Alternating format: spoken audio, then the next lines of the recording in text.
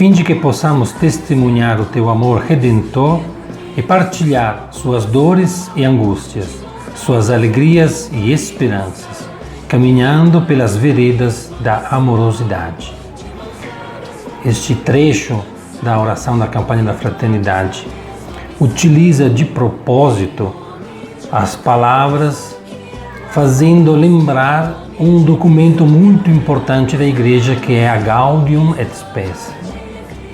Um documento marcante, o Concílio Vaticano II, é um documento então que já tem mais de 50 anos, no qual se fala exatamente que a Igreja deseja compartilhar as alegrias e as angústias, as esperanças, as dores e as angústias do homem deste tempo.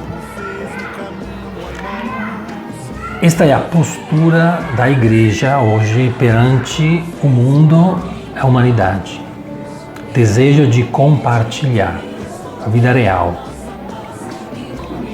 dar-se conta daquilo que ameaça a vida, de quais são os problemas e também de quais são as conquistas, as alegrias e as esperanças que todos cultivam e desejam para a humanidade.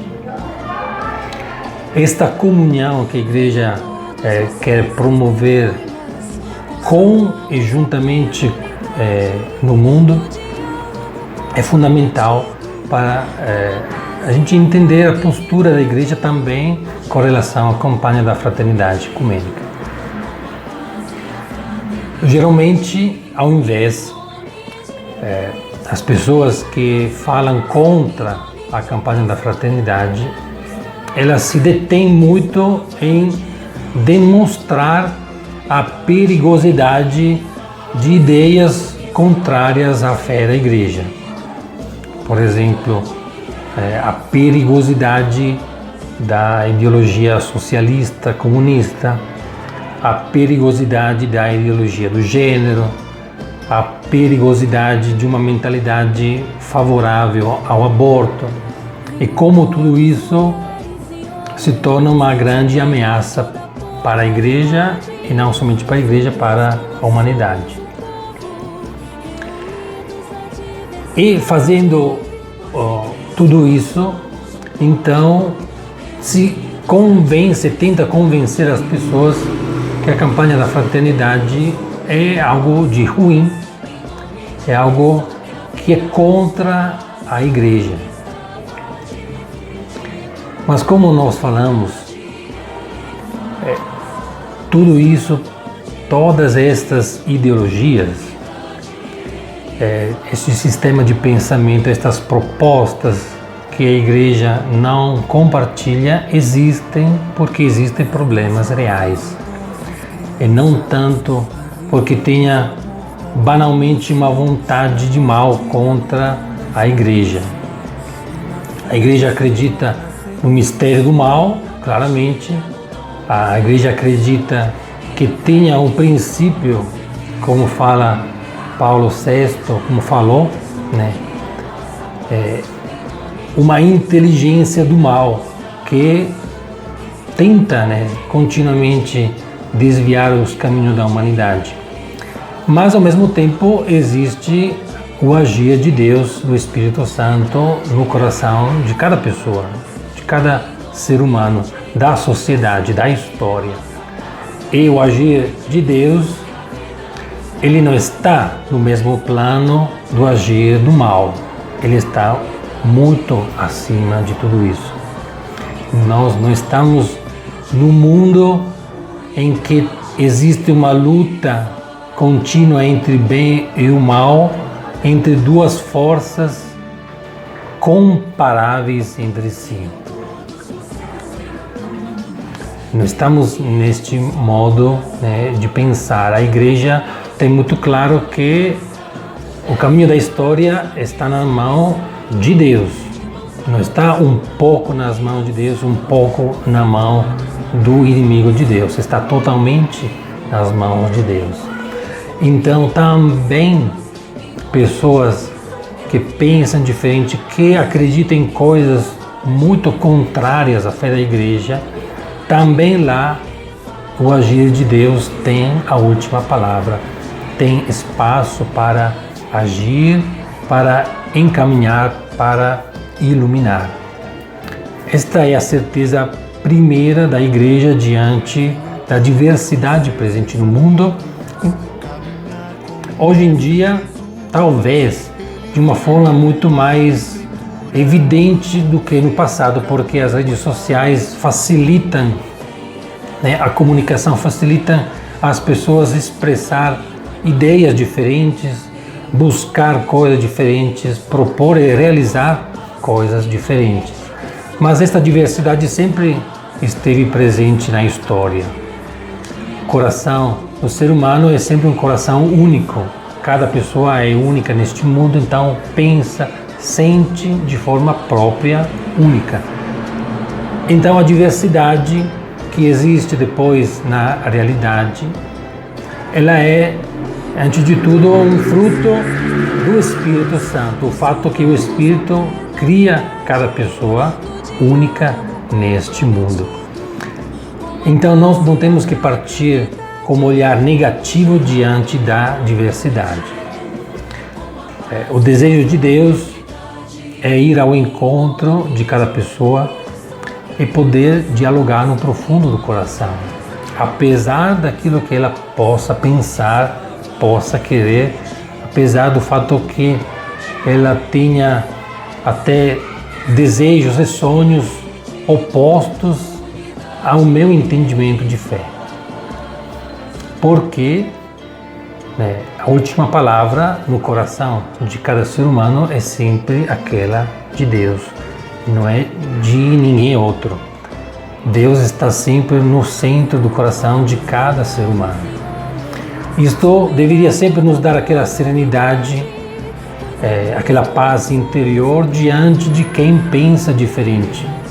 Me dar a possibilidade de não enxergar simplesmente um inimigo, uma pessoa para eliminar da minha frente, para eu evitar, mas uma pessoa com a qual eu posso entrar em diálogo, apesar de tudo aquilo que ele esteja pensando e querendo.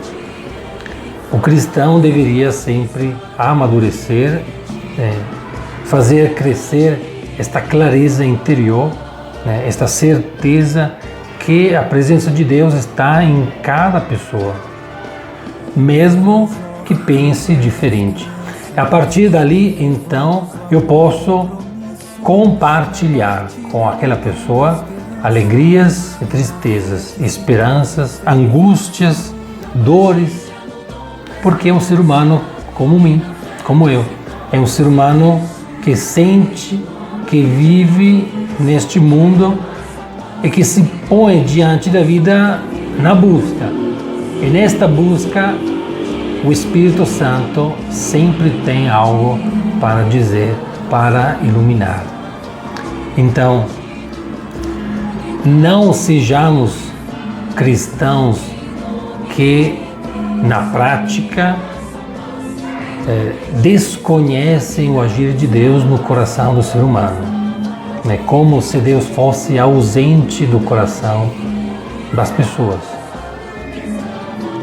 Mas pessoas que realmente praticam aquilo que professam. Nós professamos a presença de Deus em cada pessoa. E se professamos isso, também temos que praticar esta fé, esta certeza. Porque professar isso significa eu ter a serenidade de ir ao encontro com aquela pessoa, poder sentar, escutá-la, mesmo que ele pense diferente de mim, mesmo que ela queira fazer coisas diferentes de mim, eu terei aquela serenidade para construir um diálogo positivo com aquela pessoa. Então este é um ponto extremamente importante para começar a entender a proposta da campanha da fraternidade. O ecumenismo, ele se baseia nisso, se baseia no fato que todo mundo, entre cristãos ainda que sejam separados, desejam esta comunhão com Deus que é Pai, Filho e Espírito Santo. Então o ecumenismo, né, traz para nós, né, esta clareza. Deus está, né, no coração de todos. Esta clareza sobre o agir de Deus na história e na humanidade, ele foi sendo colocado no Concílio Vaticano II num plano muito de destaque, reconhecendo que o protagonista da história é Jesus e que a Igreja precisa voltar para ele de forma muito concreta, muito prática na sua pregação, na sua vida diária, em tudo aquilo que ela celebra, em tudo aquilo que ela ensina. Por isso, o Concílio Vaticano II foi, né, nos últimos 50 anos, o grande divisor de águas entre o modo de ser igrejas anterior e o modo de ser igreja hoje em dia. Mas o que a gente percebe? Muitas vezes as pessoas que se manifestam contrárias à campanha da fraternidade, na realidade, elas partem de um ponto de vista que não é o ponto de vista do Concílio Vaticano II, que o mesmo quer dizer, não partem daquilo que a Igreja Católica pensa realmente hoje em dia. Muitas pessoas contestam a campanha da fraternidade com uma mentalidade pré-conciliar. Uma igreja que ainda desconhece muitas coisas que hoje em dia professa, porque nós temos que realmente lembrar como o Concílio Vaticano II ele realizou uma grande obra de reforma dentro da própria igreja. Reforma no sentido de recuperar uma autenticidade que se tinha, né, perdido e que não era tão clara como deveria ser. Por isso, o Concílio Vaticano II é, antes de tudo, uma volta às origens, um redescobrir, né, o pensamento da Igreja das origens, de acordo com o movimento que aconteceu na Igreja bem anterior ao concílio. Nós poderíamos falar longamente de tudo isso, seria, né, muito importante, podemos fazer em outros momentos para poder esclarecer melhor, mas é claro que se eu parto de um ponto de vista pré-conciliar, é claro que propostas como a campanha da fraternidade se tornam, né, completamente, né, sem sentido. Por exemplo, num dos vídeos que fui assistir sobre estas contestações, se fala como o verdadeiro ecumenismo seria simplesmente a conversão, né, dos separados para o catolicismo. Então, todos os protestantes, todos os evangélicos deveriam simplesmente deixar o próprio entendimento de fé e professar a fé católica, e este seria o verdadeiro ecumenismo para a Igreja Católica hoje. Mas isso não corresponde à verdade, claramente. O ecumenismo tem outro sentido. O ecumenismo, pelo contrário, é nos reunir naquilo que temos em comum, que é a fé no mistério de Deus, Trindade. E a partir desta fé comum, nos entender sobre aquilo que nos separa. Claro que para a Igreja Católica, né, a doutrina, né, sobre os sacramentos, sobre a figura de Maria e tantas outras coisas, não são coisas que vai deixar, que vai abandonar. Mas não por isso ela se empenha em dialogar com as outras igrejas cobrando que estas pessoas deixem de pensar como estão pensando, né, e exigindo que elas se tornem católicas para poder fazer algo juntos, para poder considerá-las pessoas dignas, né, de ter contato. Isto claramente a igreja não faz, e se fazia, não faz mais. Esse é o ponto da questão. O Concílio Vaticano II esclareceu muito bem que excluir, esta mentalidade de exclusão, esta cobrança, se você não pensa igual a mim, se você não professa a mesma fé, então a gente, né, não se fala. A igreja já não pensa mais dessa maneira, não pratica aquilo que se chama proselitismo, não busca convencer os outros, venham para a Igreja Católica, que é a melhor, que é a verdadeira igreja. A Igreja Católica é realmente contrária ao proselitismo, a qualquer prática que tente simplesmente convencer as pessoas a se converter ao catolicismo.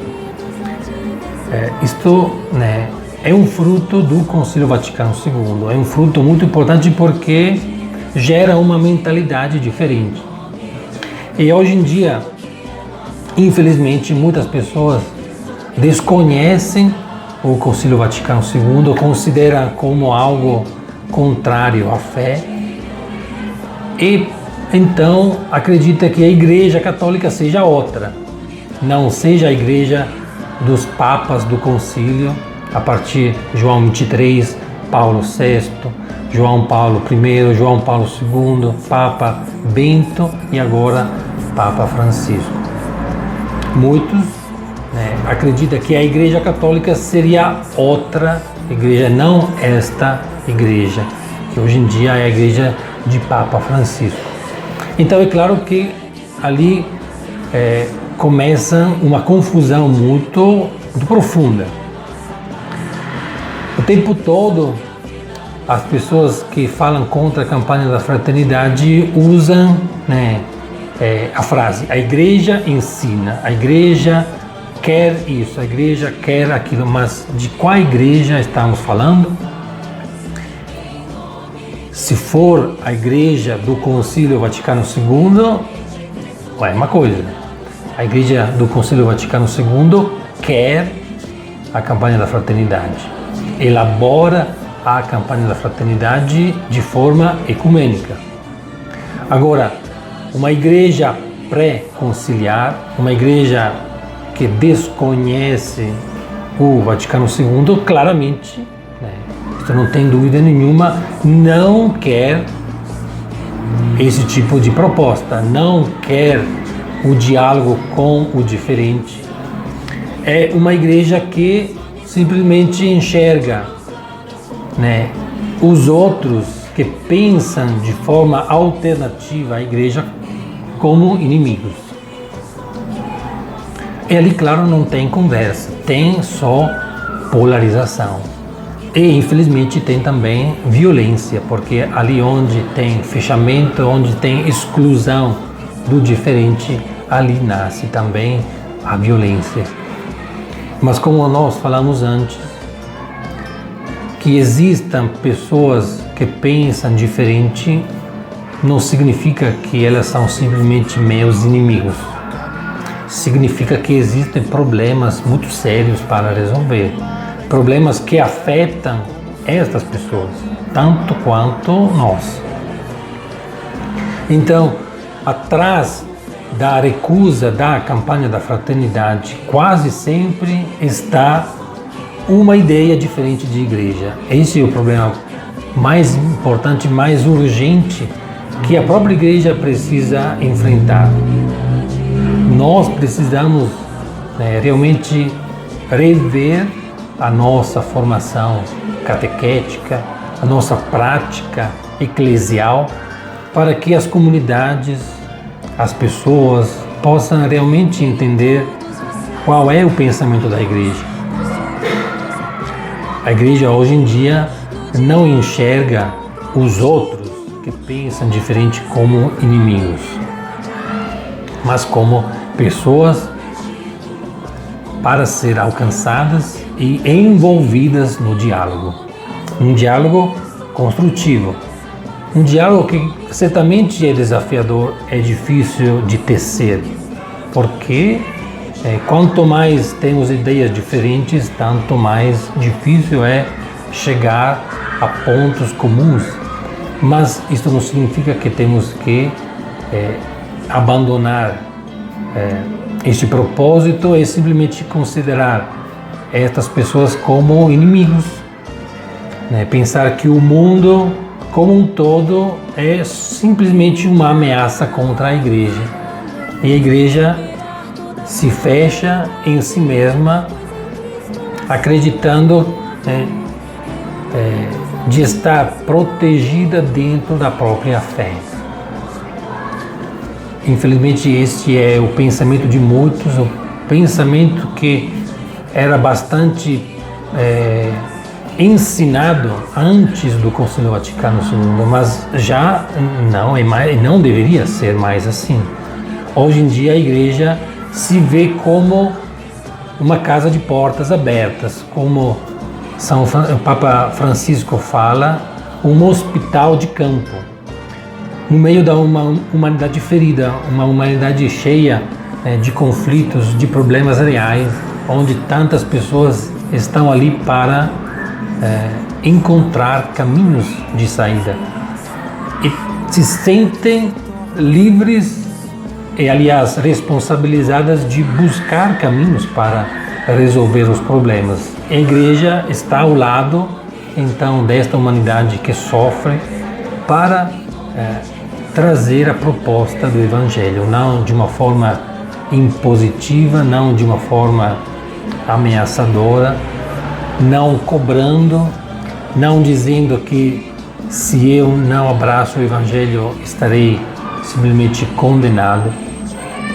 mas tentando entrar em diálogo profundo com o coração do ser humano, porque ali dentro já está o Espírito Santo que age, que fala, que ilumina, que mostra, afinal, aquilo que a igreja quer ensinar com mais verdade que a palavra de Jesus.